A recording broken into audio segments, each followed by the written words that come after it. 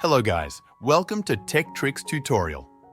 In today's video, I will show you how to send bulk envelopes in Docusign. First, choose your template and click Use to create a new envelope. If needed, click Advanced Edit to make changes.